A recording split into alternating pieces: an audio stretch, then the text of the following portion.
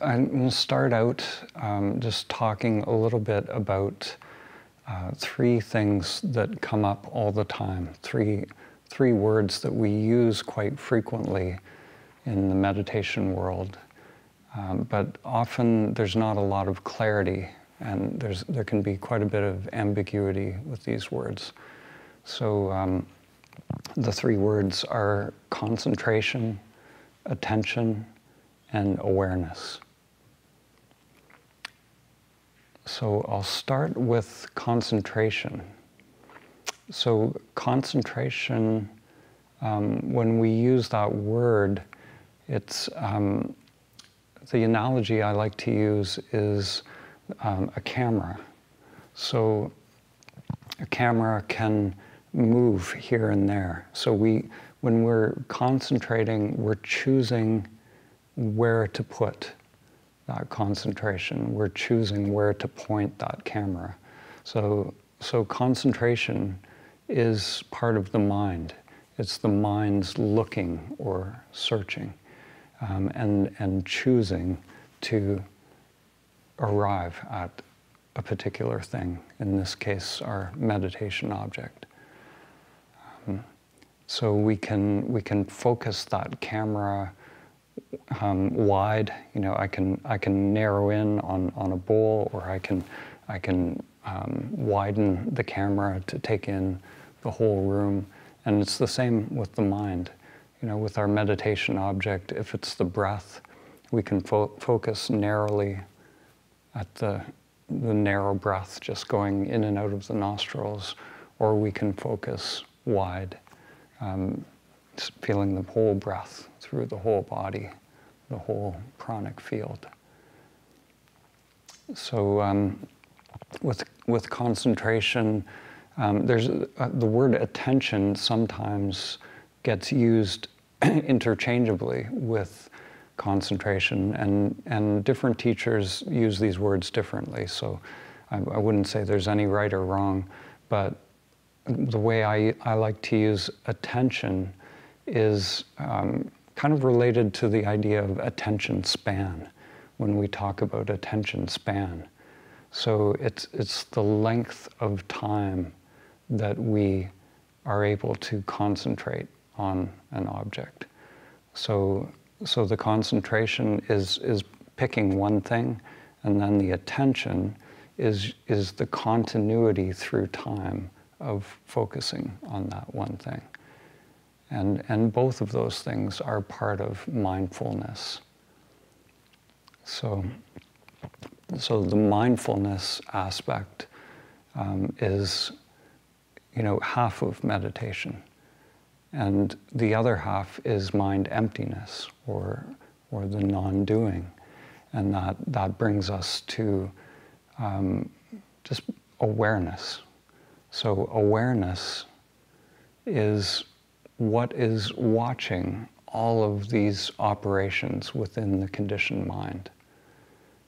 So awareness is the way I use awareness.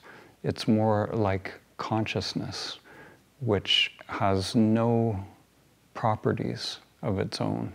Its only property is that it is conscious or aware.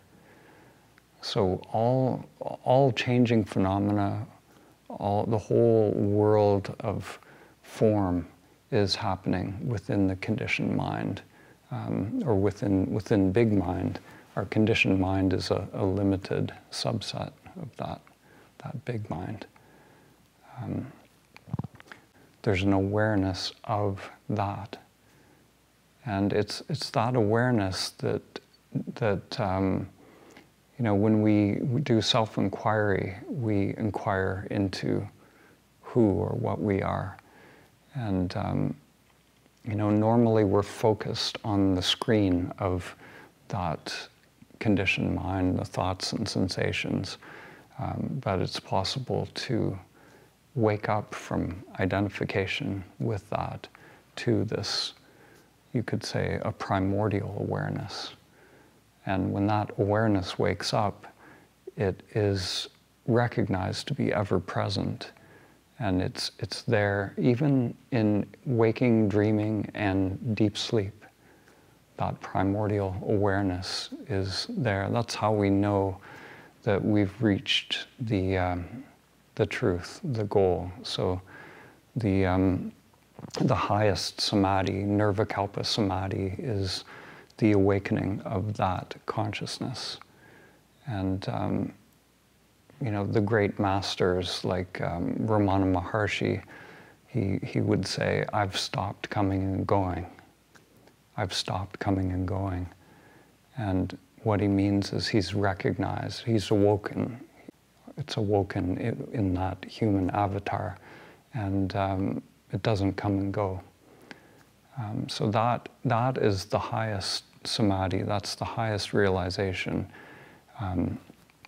You know, in Vedanta, they talk about turiya, which is the presence of that awareness in waking, dreaming, and deep sleep. So even in deep sleep, we can watch the mind drop off from that place. And watching is not even the right word. It's very mysterious. It's very difficult to talk about what that is. And I think the best teachers, like the Buddha, would never even say what it is. They would just say what it's not. You know, it's the end of identification. It's the end of suffering. The end of illusions.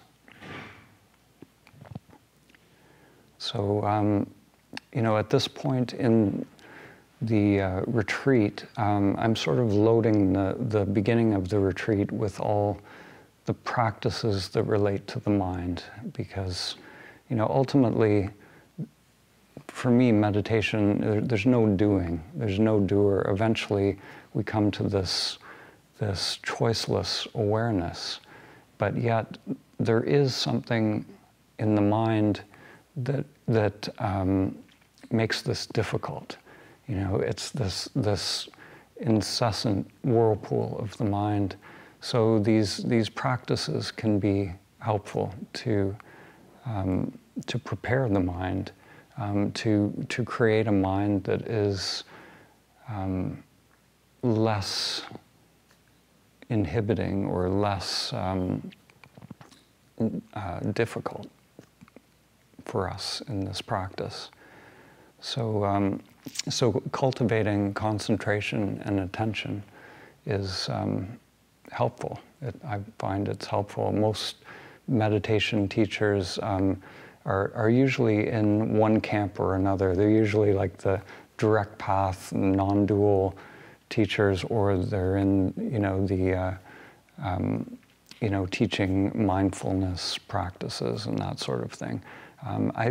I personally have found in my own path that the two fit perfectly together. They're actually, those mindfulness practices are amazing preparation for the later stages of meditation, for just being.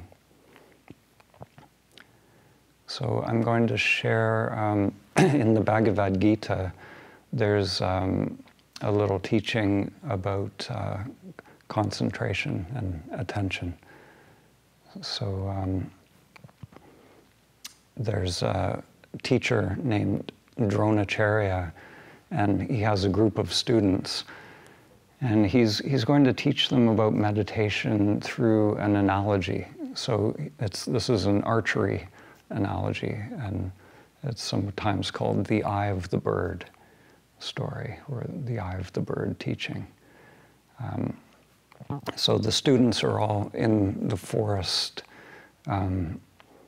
They're standing there with their bows, and he's placed a little wooden bird on a tree, and the idea is to hit the eye of that bird with the arrow.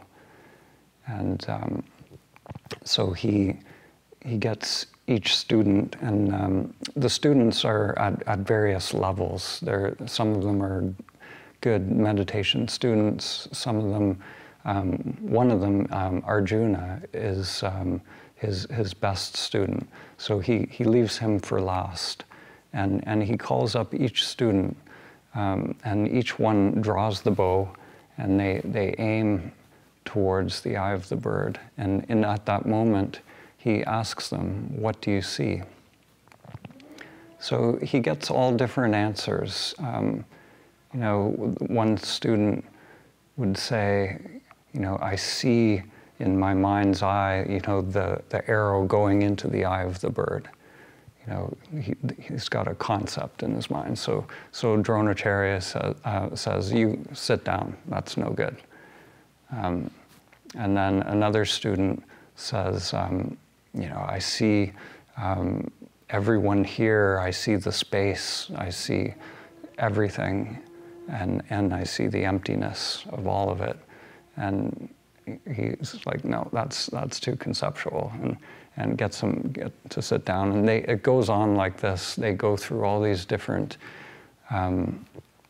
stories of what the students see, and none of them satisfy him. And then finally Arjuna comes up, and he takes aim, and he asks Arjuna, "What do you see?" And he says, "I see only the eye of the bird.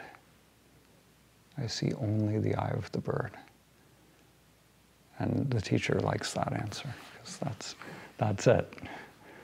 That's it. So when we're in meditation with our meditation object, that's what we see. That's it.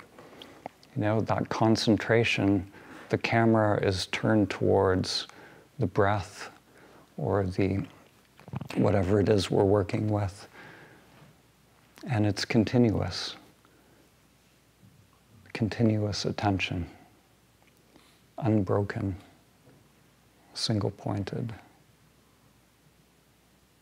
So Patanjali says that attention should be like a stream of oil being poured from a container.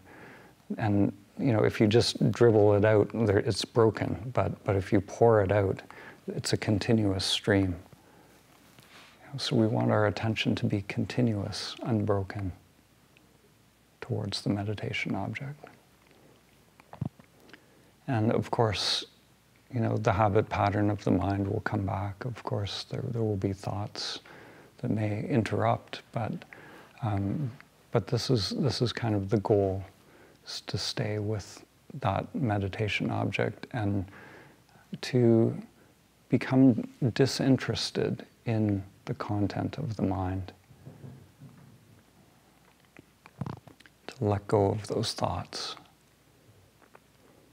And everything that's arising, all of these hindrances are just that. They're just thoughts coming up. Even pain is just a thought.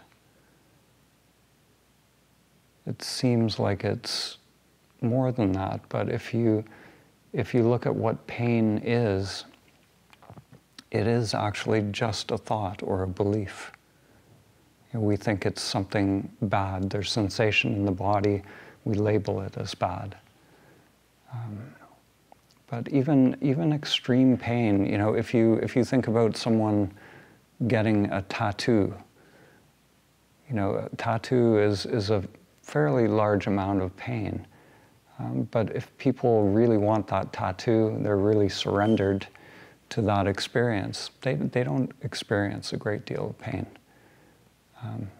They don't experience a great deal of suffering. The pain is just the sensation, but the suffering is when we resist that pain. So if you were to take someone and strap them down and force them to get a tattoo, then that suffering would be much higher. It would be like torture. So the belief in our mind is the key. And when we drop the belief, then we can just be with the sensation, with the raw sensation, whatever it is. And we just allow it.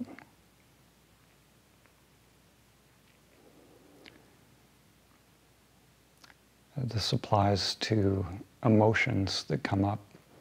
on the cushion as well. So the emotions, every emotion is nothing but a combination of sensations and thoughts. So if we take an emotion like, say, anger or sadness, if I'm sad about something, then there's some belief.